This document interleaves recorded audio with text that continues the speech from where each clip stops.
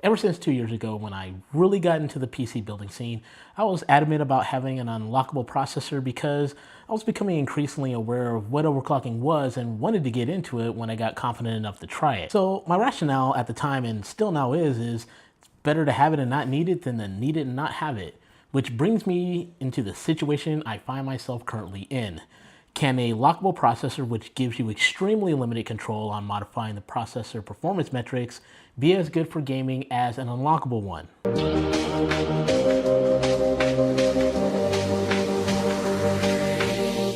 So I'm in a bit of a transitional phase with some things here in the studio, and some parts are getting moved around and are being repurposed for other projects. Most of my current gaming-centric setup has shifted to a test bench and is using quite a bit of high-end hardware, even my 8700K. So that leaves my backup motherboard, an Asus Z370E gaming, without a CPU. Now, I didn't need the most high-end CPU to replace it. I just wanted something that would just play games at some pretty decent frame rates and run some gaming affiliated programs fairly efficiently. I knew I didn't need an i7 and I didn't want an i3, so that left only an i5, which happened to be the product line I started out with when I built my first gaming PC from scratch. I couldn't decide, I didn't even know which i5 to get. I had at least 2 generations of CPUs to pick from to place on the motherboard, and I was pretty unsure of which one I wanted to get.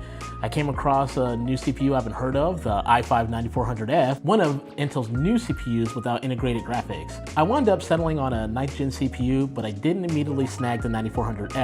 And as some of you know, I was on Twitter going back and forth between the i5-9600K and the 9500F. But I caved and went with the 9400F, obviously because of this video. Picking this CPU wound up making the most amount of sense at the time, and I went ahead and ordered it, installed it, and ran some benchmarks. To test the CPU, we will be using the Asus Z370E gaming with 16 gigabytes of ballistic AT 3000 MHz memory and an Asus Strix RTX 2080 OC. The graphical settings on all the games remain on default, and it was only played in 1080p. After these slides, we'll be going over the results and my conclusion.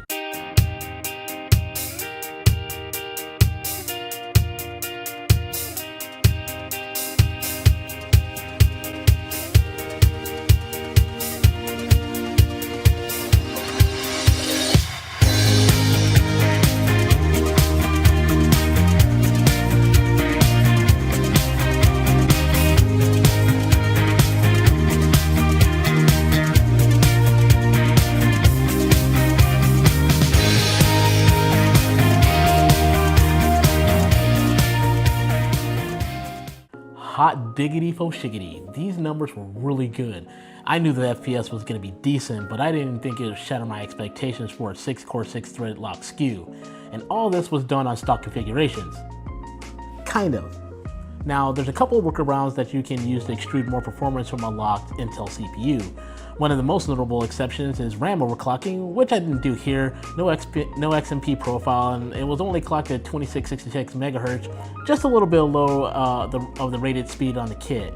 I did, however, go into Asus's UFEI and use the sync all cores option and push the cores to the max boost clock of 4.1 GHz.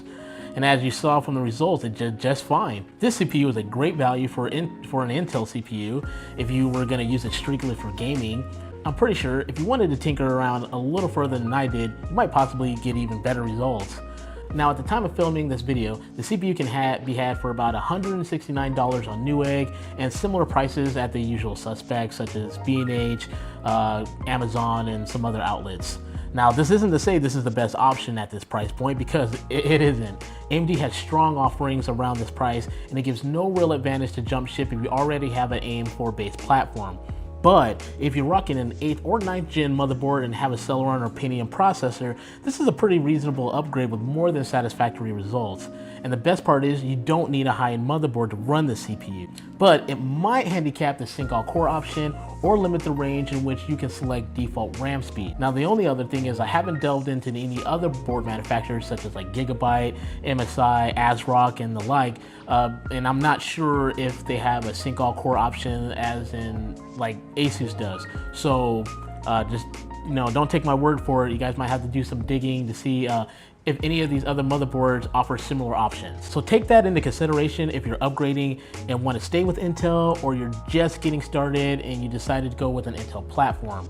But even without the option of tuning for absolute performance, which some of you may not opt to do, this CPU is definitely a fire and forget product. Just drop it in, load your games, and have at it. You'll get a solid, consistent gaming experience that will carry you for a very, very long time.